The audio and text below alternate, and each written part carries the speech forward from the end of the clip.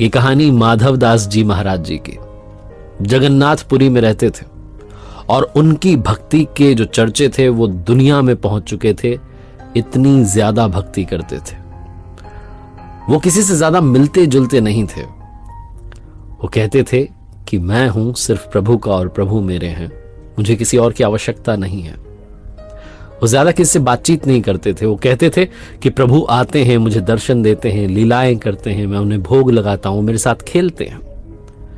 माधव दास जी की बहुत ख्याति थी। एक बार वो बीमार पड़ गए और बीमार इतना ज्यादा हो गए कि उनसे उठा बैठा नहीं जा रहा था।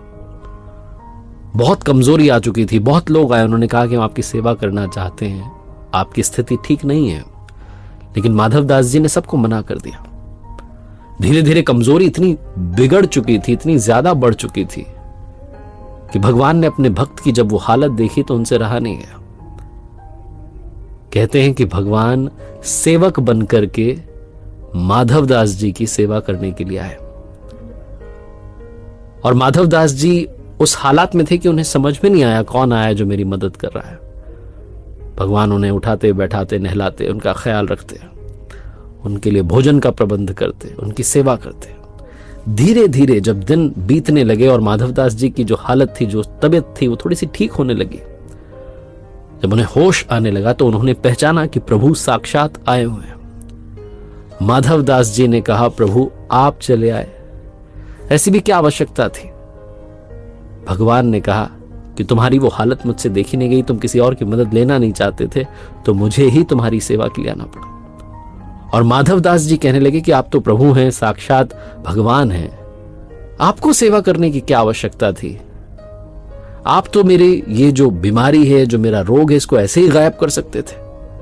भगवान कहते हैं कि तुम्हारा प्रारब्ध था। प्रारब्ध का मतलब पूर्व संस्कार थे, तुम्हारा भोग था, भोगना तो पड़ेगा, तुम्हारे कर्म थे, उसका फल है।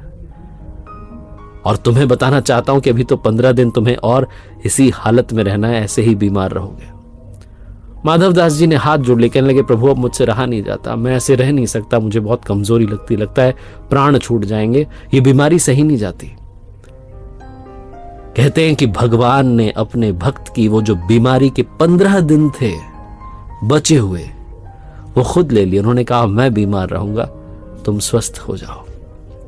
ये तो बात हो गई भक्त के लिए भगवान के प्रेम की। लेकिन आज भी साल में एक बार जगन्नाथ भगवान जी को स्नान कराया जाता है, जिसे स्नान यात्रा कहा जाता है। स्नान यात्रा करने के बाद हर साल 15 दिन के लिए जगन्नाथ भगवान जी आज भी बीमार होते हैं। 15 दिन के लिए मंदिर के पट बंद कर दिए जाते हैं। कभी भी भगवान जगन्नाथ जी की रसोई बंद नहीं होती है, लेकिन ये जो 15 दिन होते हैं इसमें रसोई बंद कर दी जाती है। वैद्य जी आते हैं भगवान की बीमारी को जांचने के लिए। भगवान को जो भोग लगाया जाता है वो काढ़े का भोग लगाया जाता है, आयुर्वेदिक भोग लगाया जाता है, फलों का रस उन्हें जो है चढ़ाया जाता है, छेना का भोग लगाया जाता है, सोने से पहले मीठा दूध जो है अर्पित किया जाता है।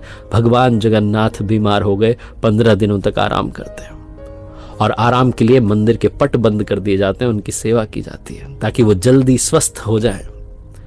और जब वो स्वस्थ हो जाते हैं तो फिर जगन्नाथ यात्रा निकलती है, जिसको देखने के लिए असंख्य भीड़ आती है, भक्त आते हैं। खुद पर तकलीफ लेकर के अपने भक्तों का जीवन सुखमय बनाने वाले प्रभु को प्रणाम। अगर आपकी भक्ति में शक्ति है तो वो आएंगे भी, मदद भी करेंगे और अपना प्रेम भी आप तक पहुंचाएंगे। ऊपर वाले के आशीर्वाद के साथ, अपनी मेहनत और अपनों के प्यार के साथ कर दिखाओ कुछ ऐसा कि दुनिया करना चाहे आपके जैसा।